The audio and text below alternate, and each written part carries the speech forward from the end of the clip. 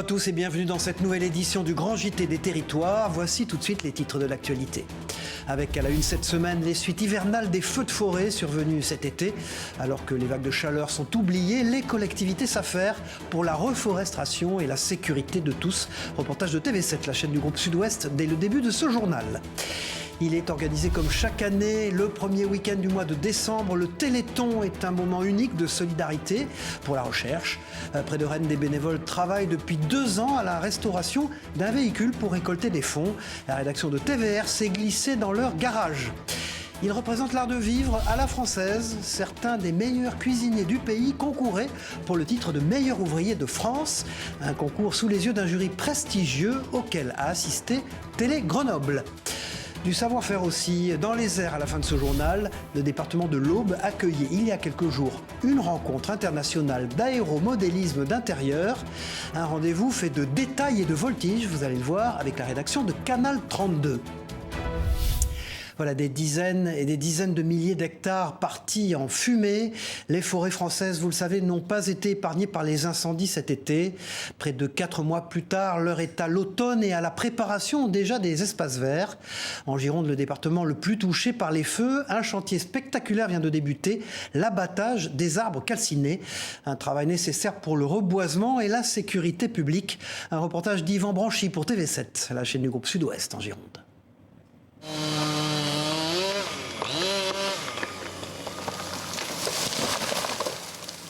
Les arbres tombent à la chaîne et cette route, habituellement très fréquentée par les touristes, se transforme peu à peu en un grand champ de bataille. La circulation est interdite au public pour laisser travailler cette abatteuse. À l'aide de cette grosse pince, Jonathan coupe et arrache les arbres calcinés pour sécuriser la zone du lac. Les arbres ils sont grands et beaucoup ils sont pourris, donc il faut faire attention comment on fait l'abattage parce qu'on peut bien sûr les avoir sur la machine. Chaque jour, de 6h à 18h, tous les arbres marqués sont abattus. Un arbre déjà fragilisé par les incendies, mais également attaqué par des parasites. Une lutte contre la montre est alors enclenchée. Parce que déjà, si c'est moi tout seul, il y aura beaucoup d'arbres que je ne vais pas pouvoir les faire parce qu'elles sont trop grosses, trop vieilles, voilà, sont difficiles, dangereuses. Et lui, s'il est tout seul, il va prendre beaucoup de temps. Tout ça, ça va partir dans des usines différentes. Là, on fait 3 ou 4 produits. Un travail d'équipe qui doit s'effectuer sur l'ensemble de la route du lac avant d'abattre les arbres des parkings. Voilà un travail salutaire pour les forêts et leur avenir. Dans le sud-ouest, justement, certains des espaces touchés par des incendies il y a plusieurs années sont en pleine reforestation. Un processus naturel, mais pas que. L'intervention de l'homme est parfois nécessaire pour les plantations. Exemple dans le Gard, avec ce sujet de Laurie Chamerla pour Via Occitanie. Regardez. C'était en juillet 2019. 500 hectares partaient en fumée sur le plateau des Costières dans le Gard. 3 ans plus tard, l'heure est à la reforestation. Avec les petits écoliers de Générac, venus prêter main forte. C'est bien de refaire la forestation parce que sans arbres, on ne peut plus respirer. Sur les 500 hectares partis en fumée, 70 sont communaux et bénéficient d'un projet de reforestation. On prend toujours le temps de laisser faire la nature. C'est notre premier principe. Sur les 70 hectares, il y a 50 hectares qui se régénèrent naturellement. C'est-à-dire que vous avez donc dérogé beaucoup de chênes, énormément, parce que le chêne repart sous forme végétative et le fait que les racines étaient dans le sol, elles n'ont pas brûlé. Par contre, on a 28 hectares où on n'a ni régénération, ni qui pousse. Donc là, on a décidé d'intervenir, de planter. Dans 50 ans, vous aurez les chênes verts, toute la partie chênes verts aura bien repoussé. 1100 arbres sont plantés par hectare, avec de la diversité et des essences plus résistantes. Pin pignon, pin d'Alep ou encore chêne vert et chêne liège. Amener cette variété qui doit permettre une lutte aussi contre les incendies plus facile. Prévoir un système de chemin DFCI qui permet aux pompiers d'intervenir aussi dans de bonnes conditions et puis après toutes les questions d'entretien. La ville de Générac a estimé un budget des travaux s'élevant à 539 000 €, dont près de 100 000 € de dons de mécènes.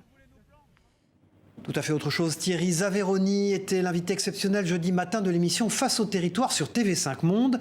Le nouveau grand maître de la Grande Loge de France a notamment évoqué l'implication des francs-maçons dans la société. Regardez cet extrait. Vous êtes, vous, les francs-maçons, sur l'humanisme. Vous êtes sur les valeurs de l'humanisme. Quelle est la position des frères, des francs-maçons de la Grande Loge de France sur la corrida ? Alors, il faut rappeler que nous sommes un ordre de tradition initiatique, de spiritualité et d'humanisme. Et donc, la tradition de la corrida, ça nous parle. J'ai eu l'occasion, dans ma jeunesse, de pouvoir assister à des corridas. C'est un moment très particulier. Je crois qu'aujourd'hui, plus que jamais, il faut qu'on soit aussi attentif, je dirais, à la souffrance des animaux. Et que je crois que chacun doit avoir le libre arbitre et essayer de Vous ne prendre... vous étiez jamais exprimé sur ce sujet. C'est la première fois que donc un haut dignitaire maçonnique dit clairement sur ce plateau, en direct ce matin, que vous êtes contre la corrida. Alors, en fait, moi, si vous voulez, aujourd'hui, je suis contre la souffrance animale. Et dans la corrida, il y a une souffrance animale. Mais je suis aussi respectueux d'une tradition du XVIIIe siècle qui nous vient d'Espagne. Et je crois qu'il faut laisser aux uns et aux autres cette capacité de discernement de savoir si, effectivement, il faut continuer. Face au territoire avec Thierry Zaveroni, le nouveau grand maître de la Grande Loge de France, est à voir ou à revoir sur le site internet de TV5 Monde et des partenaires de l'émission. Ouest France, Nice Matin, France Antilles et 20 minutes. Tout à fait autre chose, se déplacer pour un rendez-vous médical, faire ses courses ou pour n'importe quelle autre raison, cela peut s'avérer très compliqué quand on vit à la campagne. C'est justement pour aider les personnes les moins mobiles que l'association Solidarité Transport œuvre dans les Vosges. Grâce à des chauffeurs bénévoles, celle-ci permet à ses bénéficiaires d'honorer leur rendez-vous. Un reportage de Thierry Lasson et de Anne Didier pour Vosges Télévisions. Eh ben allez, on y va, c'est parti. Cela n'a l'air de rien, mais à bientôt 78 ans, Daniel, qui réside à l'Épanche-sur-Vologne, a pris la route direction Décimont pour y retrouver Marie-Odile. Cette dernière ne peut plus conduire et dans quelques minutes, elle a un rendez-vous médical à 20 km de là, à Bruyères. Daniel fait partie de l'association Solidarité Transport qui, depuis sa création en 2018, s'attaque aux problèmes de mobilité en zone rurale. Vous savez, le train, il passe pas dans tous les villages. Les bus ne passent pas dans tous les villages. Les rendez-vous médicaux, ça peut être n'importe quand. Solidarité Transport compte actuellement 20 chauffeurs pour près de 170 bénéficiaires. À elle seule, et rien que cette année, Daniel a parcouru près de 3000 km au profit de personnes dépourvues de moyens de locomotion. Mais l'important est également ailleurs. Important pour les gens, pour les personnes qu'on transporte. Et c'est important pour moi aussi. C'est beaucoup de relations humaines, beaucoup d'échanges, parce qu'il n'y a pas que la précarité sociale monétaire, il y a la précarité de l'âge. J'avais une voiture avant que j'ai dû vendre parce que je ne pouvais plus conduire du fait que j'aurais été un danger public pour les autres et pour moi. Tout le monde est satisfait. L'association pour sa trésorerie peut compter sur une cotisation annuelle de 5 € par membre, qu'ils soient bénéficiaires ou chauffeurs. Ces derniers sont aussi défrayés à raison de 50 centimes d'euros du kilomètre. Solidarité Transport, c'est depuis le début de l'année plus de 29 300 km parcourus, mais un manque crucial de bénévoles. Un concept qui fait école, une structure identique s'est créée dans le Jura et le Pays Basque semble également intéressé. Solidarité encore dans ce journal avec le Téléthon organisé les 2 et 3 décembre prochains partout en France. L'événement qui permet chaque année de récolter des fonds pour la recherche contre les maladies rares reposera une nouvelle fois sur l'action de milliers de bénévoles. Près de Rennes, vous allez le voir, des passionnés de mécanique ont travaillé pendant 2 ans pour restaurer un véhicule des années 60. Un travail titanesque et une mise à la vente prévue au profit du week-end solidaire. Une belle histoire que nous raconte Natacha Astor pour TVR à Rennes. Passer de ça à ça, c'est le défi que s'est lancé l'association Taco et Turbo de Stredel. Depuis plus de 2 ans, la trentaine de bénévoles bichonnent cette Simca Ariane 4 de 1961. Pas besoin d'être un fin connaisseur, le but c'est surtout de venir tous les samedis matins pour apprendre. J'ai des petites notions en mécanique, mais très faibles, en toute humilité. On apprend du soudage, on apprend justement des ajustements, du montage mécanique, du fonctionnement aussi de la voiture, et on apprend beaucoup de choses. L'association vend des tickets à seulement 10 € pour faire gagner cette Simca lors d'une grande loterie. Tous les fonds seront reversés à l'AFM Téléthon.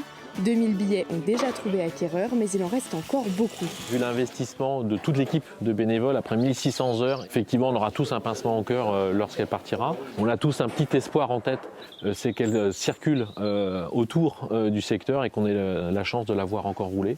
Que ce soit pour la voiture ou pour les 11 000 € de pièces, l'association n'a rien dépensé et ne fonctionne que grâce aux dons. On a un donateur qui nous a donné beaucoup de pièces neuves. C'est lui qui nous a fourni tous les pistons, tous les joints.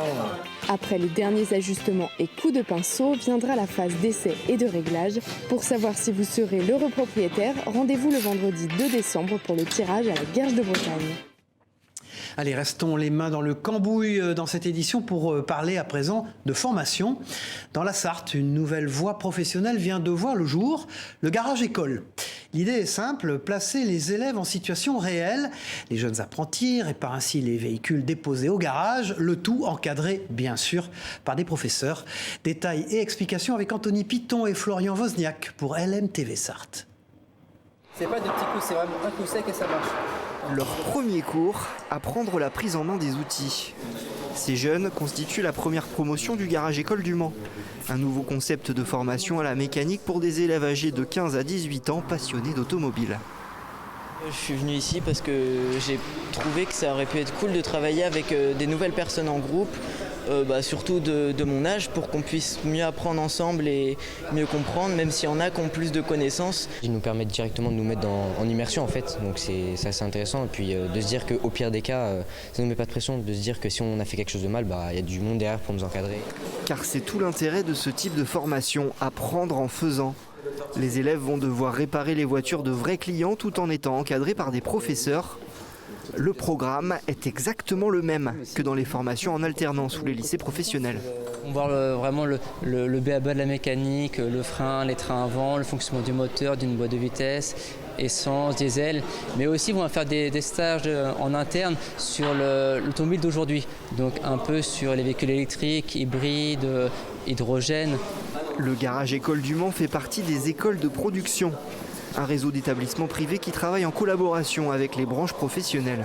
On a à la fois le paradoxe dans la société française aujourd'hui, c'est que 100 000 jeunes chaque année qui au fond sont un peu dans une voie sans issue, et en même temps des filières, et notamment la filière automobile, mais c'est vrai dans d'autres filières également, qui ne trouvent pas les salariés qu'ils recherchent. Au Mans, c'est tout le secteur de l'automobile qui s'implique dans le garage école. La Fédération professionnelle des réparateurs auto figure même parmi les premiers investisseurs. Voilà, il n'y a pas que le secteur automobile qui tente de séduire les plus jeunes, celui du bâtiment aussi.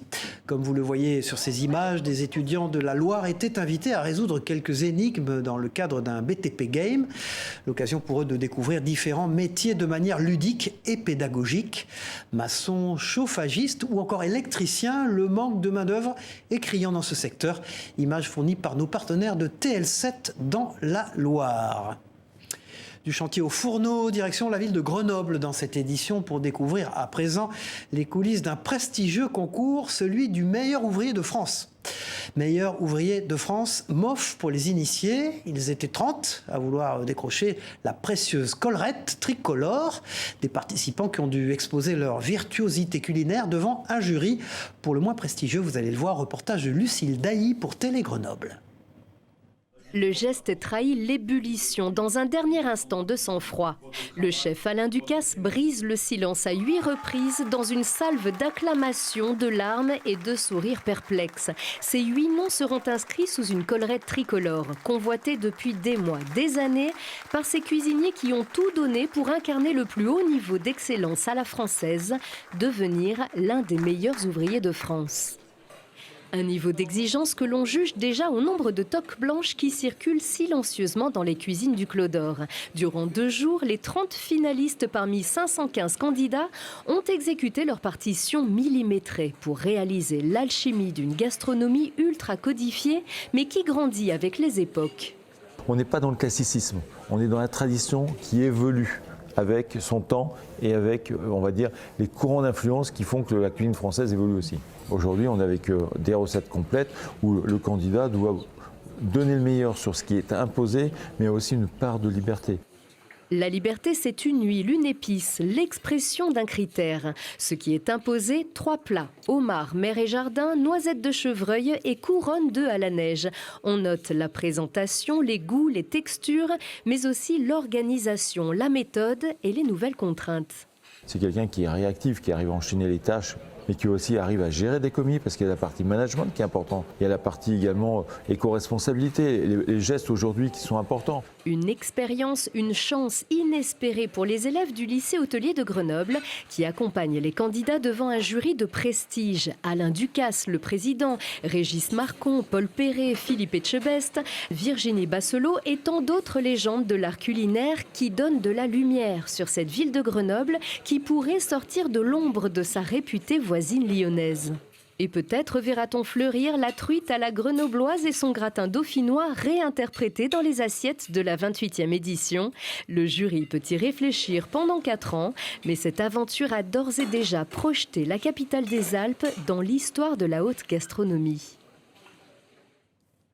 La cuisine qui s'exporte aussi dans l'espace, la preuve avec ce partenariat que vient de signer notamment le chef étoilé Thierry Marx pour la recherche et le développement de l'alimentation spatiale. Une thématique étonnante dans laquelle le célèbre cuisinier est déjà investi avec la confection de repas pour l'astronaute Thomas Pesquet. Ce nouveau partenariat était également l'occasion de présenter une imposante machine de production alimentaire sans eau, inventée par une jeune entreprise toulousaine.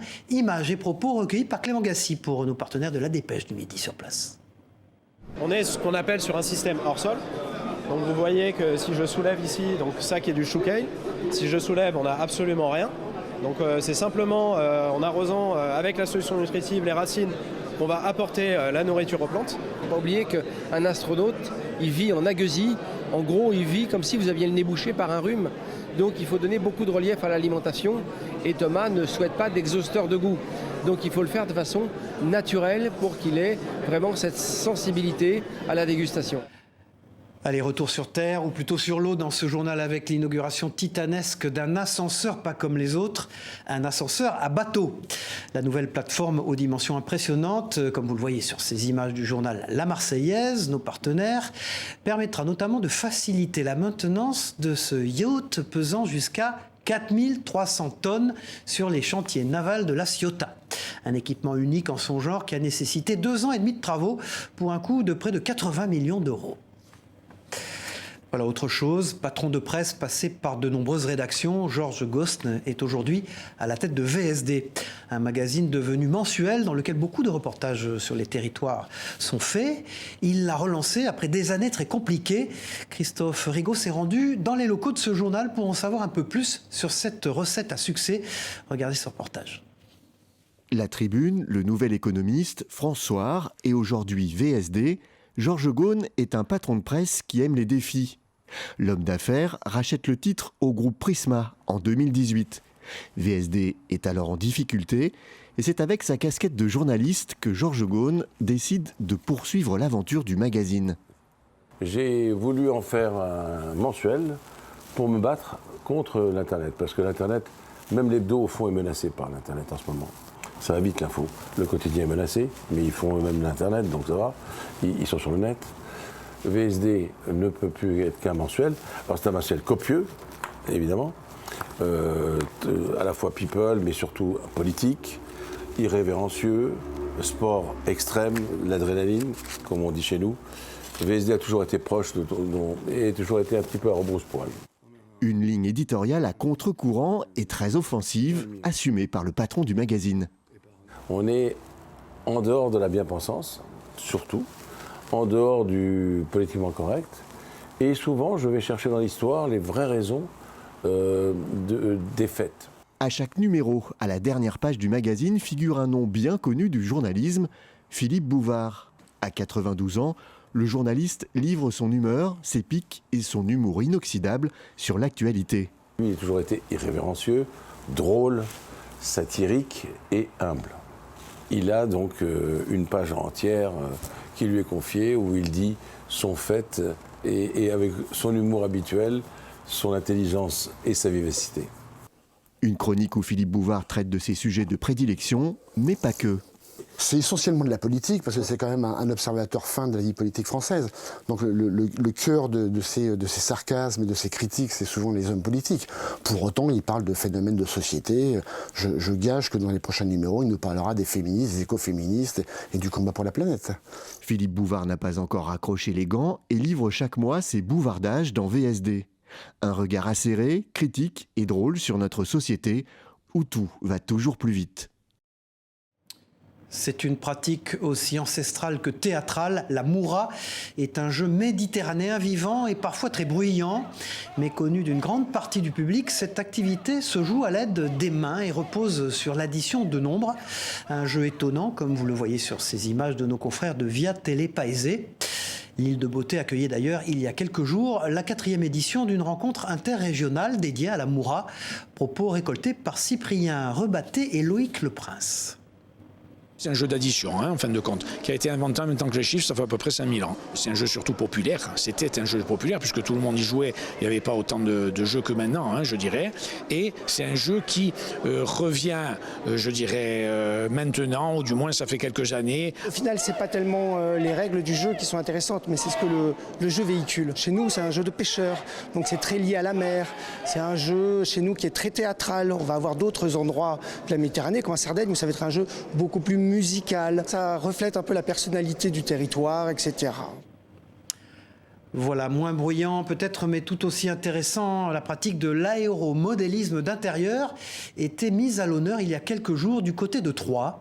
L'objectif de ce rendez-vous aérien et international, c'est partager le goût d'une même passion et donner de la visibilité à une discipline minutieuse et étonnante, vous allez le voir, avec ce reportage de Canal 32.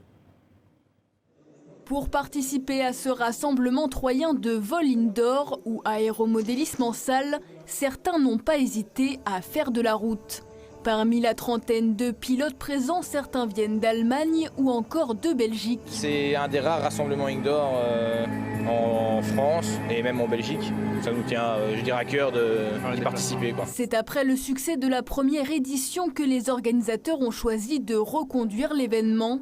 Un rassemblement placé sous le signe du partage. Avoir des échanges avec d'autres pilotes, avec d'autres constructeurs, parce qu'il y en a beaucoup qui construisent eux-mêmes leur avion. Quand on voit ce qu'il y a sur les tables, c'est vraiment joli. Au total, une centaine d'avions sont présents dans le gymnase. Certains ont été entièrement construits par leurs propriétaires, comme cette demoiselle de 1908. C'est une reproduction d'un avion qui est un des premiers ULM français. Et un modèle comme ça, c'est, je dirais, 3 à 6 mois de réflexion, d'études, de conception, parce qu'on n'a pas de plan, on part de quelques photos, de quelques croquis. Et ensuite, il y a un mois et demi de construction à proprement parler. Geoffrey, double champion de France, est venu présenter un vol en musique de 2 minutes. Un programme qu'il réalisera lors des championnats du monde 2022 en Lituanie. On fait une synchronisation sur la musique, on essaie de suivre le rythme avec des parties rapides, des parties douces, un final. Il y a aussi un effet de show avec des paillettes, des banderoles. Et pour la première fois cette année, Troyes accueillera les championnats régionaux puis les championnats de France. Les championnats régionaux, donc au mois de janvier, qui vont permettre à tous les pilotes de se qualifier. Et ils vont être donc, d'après ces championnats, sélectionnés pour faire partie de l'équipe de France. Première fois que ça se passe dans le Grand Est, première fois que ça se passe dans l'Aube et première fois que ça se passe à Troyes. Les championnats régionaux auront lieu les 14 et 15 janvier prochains. Allez, zoom pour refermer ce journal sur une autre activité originale, le bobsleigh. Ce sport de glisse spectaculaire bénéficie notamment d'une piste olympique au cœur de la station de La Plagne. Une piste en pleine préparation avant la saison hivernale. Lucas Rouque pour 8 Mont-Blanc a rencontré les équipes qui la confectionnent et qui doivent s'adapter aux enjeux actuels, comme vous allez le voir dans ce reportage glacé et glaçant. Chaque automne à La Plagne, c'est le même rituel. Les mêmes gestes, le même savoir-faire. Durant 28 jours, 22 personnes sont chargées de mettre en glace les 1800 mètres et 19 virages de la piste olympique de bobsleigh. Initialement bétonnée, la piste est d'abord aspergée d'eau tout en étant continuellement refroidie par des tuyaux internes. Une fois glacée, la piste est ensuite façonnée au millimètre près grâce à l'expertise des employés. Moi j'ai une formation Beaux-Arts. C'est l'artisanat plus. C'est un métier, c'est tout fait à la main. S'il y a 20 ans, la piste était déjà préparée pour le mois d'octobre, la date d'ouverture est cette année prévue pour le 10 décembre prochain. Avec l'actuelle crise énergétique, des décisions ont en effet dû être prises pour limiter les coûts. Historiquement, on mettait l'ensemble du dispositif, l'ensemble de la piste en froid et on produisait la glace sur l'ensemble de la piste. Là, on a changé de stratégie en segmentant la piste en différents secteurs suivant la charge de travail nécessaire. Hormis les entraînements sportifs, la piste de bobsleigh de la Plagne attend cet hiver plus de 13 000 touristes. Pour amortir la hausse des coûts énergétiques, les prix des descentes proposées au grand public augmenteront donc d'environ 8% par rapport à l'année passée. Voilà, c'est la fin de cette édition du Grand JT des Territoires. On se retrouve très vite pour une nouvelle édition. Au revoir à tous.